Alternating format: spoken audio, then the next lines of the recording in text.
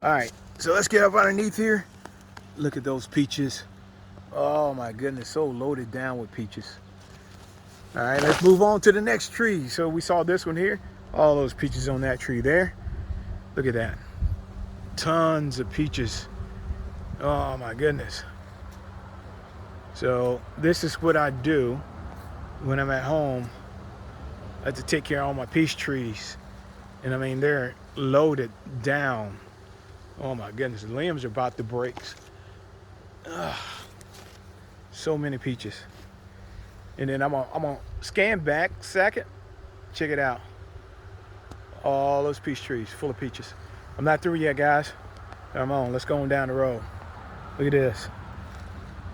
Peaches, peaches, and peaches, and peaches. Oh, look up into the sky. More peaches.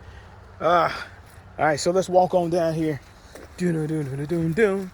All right, we got blueberries, and we do have tons of blueberries too. Let's go over to this other peach tree right here. Look at that. Just crazy. Crazy. Look at that one right there. That one's about 30 feet tall over there. Let's go around and check that one out. More peaches. More peaches and more peaches.